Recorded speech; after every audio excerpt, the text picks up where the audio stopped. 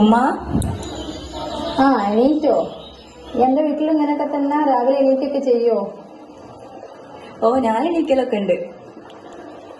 കുളിയൊക്കെ കഴിഞ്ഞോ? എന്തേ?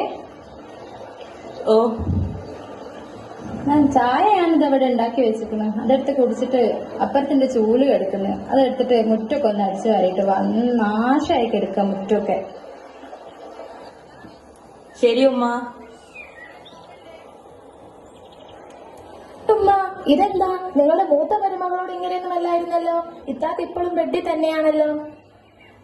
അവൾക്ക് ജോലിയൊന്നും ചെയ്ത് ശീലമില്ലല്ലോ, അതുകൊണ്ടാ. നിങ്ങൾ ഇങ്ങനെ തലയിൽ കയറ്റി വെച്ചോളി. എനിക്കൊരാഴ്ച കൂടിയേ ലീവുള്ളൂ. അതുകൊണ്ട് ഞങ്ങൾ നാളെ തന്നെ ഹണിമൂണിന് പോയാലോ എന്ന് ആലോചിക്കുകയാണ്. ആയിക്കോട്ടെ. ഇനിയിപ്പൊ അതിന്റെ ഒരു കുറവ് വേണ്ട. ഏതായാലും നിങ്ങൾ പോകുമ്പോ ഷായനെയും കൂടി കൂട്ടിക്കോ. അവളേതായാലും ഒന്നും കണ്ടില്ലല്ലോ സ്ഥലങ്ങളൊന്നും. ആയിക്കോട്ടെ ഉമ്മ, എനിക്കൊരു കൂട്ടുമാവുമല്ലോ. എന്താ ഉമ്മ ഇത്? ഞാനൊന്നും പോകുന്നില്ല. ഞാൻ കൂട്ടാണ്ട് ഇവിടെ നിന്ന് പോവാതെ ആരും വിചാരിക്കേണ്ട. റസിയ, സൈനാത്തെ. എന്താ സൈനാത്ത രാവിലെ തന്നെ? ഒന്നും പറയണ്ട. ഈ ഇന്നലെ തന്ന ബിരിയാണി ഉള്ളതുകൊണ്ട് ഞാൻ ഇന്ന് ഒന്നും ഉണ്ടാക്കണ്ടെന്ന് വിചാരിച്ച് സാധനം ഒന്നും വാങ്ങിച്ചില്ല. ഇപ്പൊ നോക്കുമ്പോ ചായ കുടിക്കാനായിട്ട് നോക്കുമ്പോ പഞ്ചാര തീർന്നെടുക്കുക. ഇന്നലെ ഇവിടെ കല്യാണത്തിന് കുറെ പഞ്ചസാര ഒക്കെ കിട്ടിയില്ലേ? അതിന്റെ കുറച്ചിങ്ങുണ്ട. അതിനിപ്പോ നിങ്ങൾക്ക് എന്തിനാ പഞ്ചാര? കാക്കാക്ക് ഷുഗർ അല്ലേ? അപ്പൊ എനിക്ക് കുടിക്കണ്ടേ? അല്ലടി, എന്റെ പുതിയ മരിയോൾ എങ്ങനെയുണ്ട്? ഓളും നല്ല ഇങ്ങോട്ട് വന്നിട്ടല്ലേ ഉള്ളൂ. ഓക്കെ, എന്തോ പണിയൊക്കെ ഉണ്ട് എന്ന് കേട്ടല്ലോ. എന്ത് പണിക്കാ അവള് പോണത്? അതീ ചോരയും മൂത്രമൊക്കെ പരിശോധിക്കൂലേ, അതിനാ. അതാ അപ്പൊ പണി. മൂപ്പർക്ക് എല്ലാ മാസവും ചോര പരിശോധിക്കണം. ഇനിയിപ്പോ ഓളോട് എടുക്കാൻ പറയല്ലേ. എന്നാ ലാബിലേക്ക് പോകുന്ന വണ്ടിക്കൂലി ലാഭിക്കാം. എന്നാ ഞാൻ പോയി ചായ കുടിക്കട്ടെ റസിയ.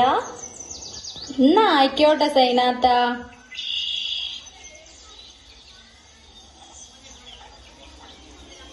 ഇവിടെ ഇങ്ങനെ കുത്തിരുന്നോ? എന്റെ അമ്മായിയമ്മക്ക് പുതിയ മറിയോളെ നല്ലോണം ബോധിച്ചിക്കുന്നു. ആയിക്കോട്ടെ, അതിനിപ്പോ എന്താ?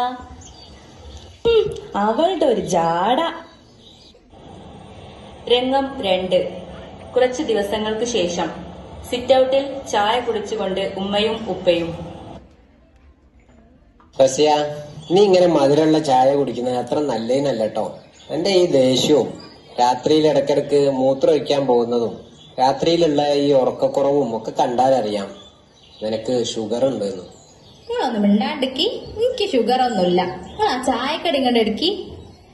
അല്ലെങ്കിൽ എന്നോടൊന്നും പറഞ്ഞിട്ട് ഒരു കാര്യമില്ല. ഉപ്പ, എന്റെ ലീവൊക്കെ തീർന്നു. നാളെ മുതൽ ജോലിക്ക് പോകണം. ആയിക്കോട്ടെ മോളെ, നാളെ എപ്പോഴാ പോകുന്നത്? രാവിലെ 6 മണിക്ക് പോണം. വൈകുന്നേരം 6 മണി വരെ ഉണ്ടാകും. പിന്നെ ആഴ്ചയിൽ 2 ദിവസം നൈറ്റും എടുക്കേണ്ടി വരും. എന്റെ പഠിച്ചോനെ, രാവിലെ 6 മണിക്ക് എനിക്ക് പോണോ? രാവിലെ 6 മണിക്ക് ഇഞ്ഞി പോയാ ഞാനിപ്പോ എന്താ ചെയ്യാ? ഇവിടുത്തെ പണിയൊക്കെ എന്താക്കൂ? ആരാ എടുക്കുക? എന്നെ കൊണ്ടൊന്നും ആവൂല. എനിക്ക് എപ്പോഴായാലും ഭയങ്കര ക്ഷീണ. എപ്പോഴും കെടുക്കാനാ തോന്നുന്നേ. പിന്നെ എന്റെ താത്ത ഉള്ളേ. എന്റെ താത്താന്റെ കാര്യമൊക്കെ എനിക്ക് അറിയാലോ. പിന്നെ ഷാഹിന ഉള്ളേ. ഓക്ക് രാവിലെ ഓക്ക് ക്ലാസ്സിന് പോണോ. ഓക്കൊന്ന് മുറ്റടിക്കാനുള്ള സമയേ ഉണ്ടാവും. അത് ശരി, നിനക്ക് പണിയെടുത്തു തരാൻ വേണ്ടി ഓളെ ജോലിയൊക്കെ രാജിവെക്കണോ? എനിക്ക് വേണ്ടിട്ട് ആരും രാജിവെക്കൊന്നും വേണ്ട. ജോലി എല്ലാം കഴിഞ്ഞിട്ട് പോയിക്കോട്ടെ. പണിയൊക്കെ തീർത്തിട്ട് പോയിക്കോട്ടെ. അത് സാരല്ലമ്മ, ഞാൻ രാവിലെ എണീറ്റ് പണിയൊക്കെ തീർത്തോളാം. രംഗം 3. ജോലി കഴിഞ്ഞ് ക്ഷീണിച്ചു വരുന്ന സന, കൂടെ ഷാഹിനയും. വന്നോ രണ്ടാളും? സന, നീ മേല് കഴുകാൻ പോകുമ്പോ അവിടെ കൊറേ അലക്കാനിട്ടിട്ടുണ്ട്. അതും കൂടി ഒന്ന് അലക്കിക്കാ കേട്ടോ. ആയിക്കോട്ടെ ഉമ്മ. ഈ രാവിലെ വെച്ച ചോറും കറിയൊക്കെ അതും തീർന്നിക്കണ്. രാത്രിക്കേക്ക് എല്ലാവർക്കും ചപ്പാത്തി ഉണ്ടാക്കാം. അതും കൂടി ആക്കിക്കോ. അതിന്റെ കൂടെ കുറച്ച് മീൻകറിയും കൂടി ആക്കിക്കോ. ശരി ഉമ്മ. എന്റെ ഉമ്മ ഇത്ത ഒന്ന് അകത്തേക്ക് കയറിക്കോട്ടെ, എന്നിട്ട് പോരെ പണിയുടെ ലിസ്റ്റ് കൊടുക്കല്. ഈ ഒന്ന് പോടിയാടുന്ന്. ജാസി താത്തക്ക് ഇവിടെ എന്താ പണി? വെറുതെ ഫോണിൽ തോണ്ടി കളിക്കല്ലേ? എന്നെ കൊണ്ട് പണിയെടുപ്പിക്കാൻ ആരും വിചാരിക്കാനാ, ഞാനിട്ട് എടുക്കേയില്ല.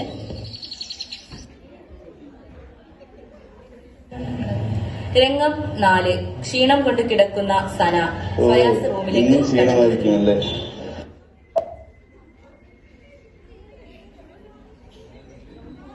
അതിക്ക വന്നപ്പോ കുറെ അലക്കാനുണ്ടായിരുന്നു. പിന്നെ ഫുഡ് ഉണ്ടാക്കി കഴിഞ്ഞപ്പോൾ എനിക്ക് എന്തോ ക്ഷീണം പോലെ എല്ലാത്തിനും നിനക്ക് തോന്നി. സമയമില്ല. അതാ ഞാൻ കിടന്നത്. എന്റെ കാര്യം നോക്കാൻ മാത്രം നിനക്ക് സമയമില്ല.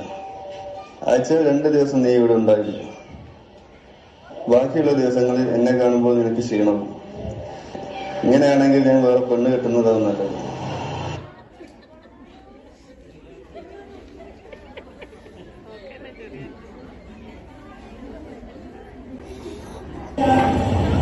രംഗം 5. ഉമ്മയും ഉപ്പയും കസേരയിൽ ഇരിക്കുന്നു. ചായയുമായി സന കടന്നു വരുന്നു.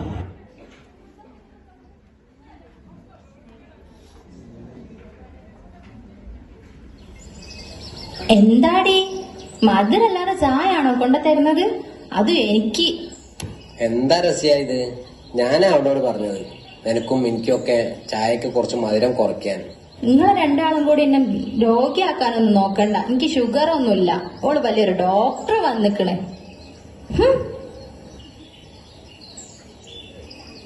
മോളെ മോളെ എന്താ ഇതൊക്കെ? മതി, എനിക്കെല്ലാം മനസ്സിലായി. ഇപ്പൊ പോലെ നീ എന്റെ കൂടെ. ഓള് വലിയൊരു ഡോക്ടർ വന്നിക്കണേ.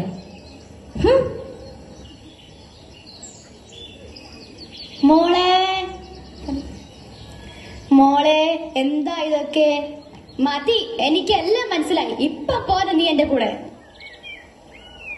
ഉമ്മ ആക്കാ, എന്റെ മോൾക്ക് ഉപ്പയില്ല കേട്ടോ. അതിന്റെ വിഷമം ഞാൻ ഇന്ന് വരെ അവളെ അറിയിച്ചിട്ടില്ല. അവളെ പഠിപ്പിച്ച് ജോലിയും വാങ്ങി കൊടുത്തു. ഇങ്ങനെ പട്ടിയെ പോലെ ഇവിടെ കിടന്ന് കഷ്ടപ്പെടാൻ എന്റെ മോളെ ഞാൻ സമ്മതിക്കൂല. അല്ല, എന്താ ഉണ്ടായേ? അല്ലെങ്കിൽ ഓളെ ഉമ്മ ഒരു വില്ലത്തിയാണെന്ന് എനിക്ക് പണ്ടേ അറിയായിരുന്നു.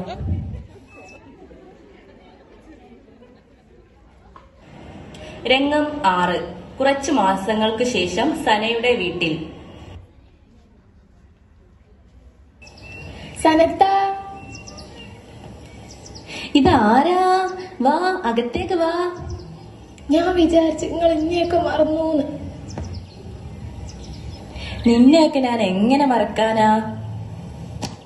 അവിടെ ഉമ്മക്കും ഉപ്പക്കും ഒക്കെ സുഖം തന്നെ അല്ലേ? എന്താ എല്ലാവരുടെയും വിശേഷങ്ങളൊക്കെ പറ, കേൾക്കട്ടെ.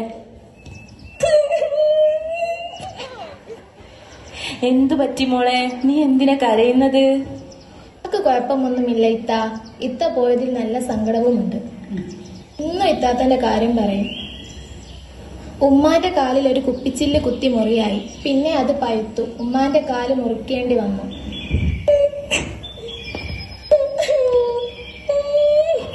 നമുക്ക് സുഖമില്ലാത്തതുകൊണ്ട് പണിയെടുക്കേണ്ടി വരും വിചാരിച്ച് ജാസിത്താത്തയും ഫൈസലിക്കയും വേറെ വീട്ടിലേക്ക് മാറി. എന്റെ പടച്ചോനെ, ഞാൻ എന്തൊക്കെയായി കേക്കണത്? ഫാസിക്കാക്ക് ഇത്താത്തനെ വിളിക്കണം നല്ല ആഗ്രഹമുണ്ട്. ഇത്ത എന്ത് പറയുന്നു വിചാരിച്ചിട്ടാണ്. എന്തായാലും ഞാൻ എന്റെ കല്യാണം വിളിക്കാൻ വന്നതാ ഇത്ത. അടുത്ത മാസം എന്റെ കല്യാണമാണ്. ഇത്ത എന്തായാലും വരണം. നീ ഇരിക്ക് ഷാഹിന, ചായ കുടിക്കാം. ഇത്ത, ഉമ്മാക്ക് ഒന്നിനും ആവില്ലല്ലോ. ഞാൻ പോട്ടെ. ഞാൻ പോയില്ലെങ്കിൽ ശരിയാവൂല. അല്ല ഷാഹിന, നിന്റെ ക്ലാസ് ഒക്കെ എങ്ങനെ പോകുന്നു? ഏതായപ്പോൾ അതൊക്കെ നിർത്തി. എന്നാ ശരി ഇത്ത, ഞാൻ പോട്ടെ. അസ്സലാമു അലൈക്കും. രംഗം 7. ഫയാസിന്റെ വീട്ടിലേക്ക് തിരിച്ചു വരുന്ന സന. മോളെ, ഇതാരാ വന്നെന്ന് നോക്ക്. മോളെ, എനിക്കറിയാമായിരുന്നു നീ തിരിച്ചു വരുമെന്ന്. നിനക്ക് നല്ല മനസ്സാ. നെത്താ, കേറി വരി. ഇക്കാക്ക, നിങ്ങളൊന്ന് വേഗം ഇങ്ങോട്ട് വരി. ഇതാരാ വന്നു നോക്കി. ഉമ്മ, സന, എന്നാലും ഇക്കാക്കൊക്കെ എന്നെ വിളിക്കാൻ പോലും തോന്നിയില്ലല്ലോ.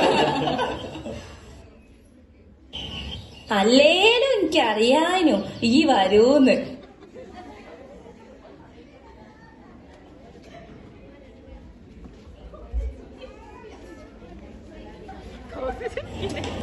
ഇന്ന് നമ്മുടെ സമൂഹത്തിൽ ഏറ്റവും കൂടുതൽ കണ്ടുവരുന്ന ഒരു രോഗമാണ് പ്രമേഹ രോഗം. നമ്മുടെ ജീവിതശൈലി കൊണ്ടും പാരമ്പര്യം കൊണ്ടും നമുക്കിടയിലേക്ക് കടന്നുവരുന്ന ഒരു രോഗമാണിത്. അതിന്റെ രോഗലക്ഷണങ്ങൾ കണ്ടു തുടങ്ങുമ്പോൾ തന്നെ അതിനെതിരെയുള്ള ചികിത്സ തേടുകയും നമ്മുടെ ജീവിതശൈലിയിൽ മാറ്റങ്ങൾ വരുത്താൻ ശ്രമിക്കുകയും ചെയ്യുക. അതുപോലെ തന്നെ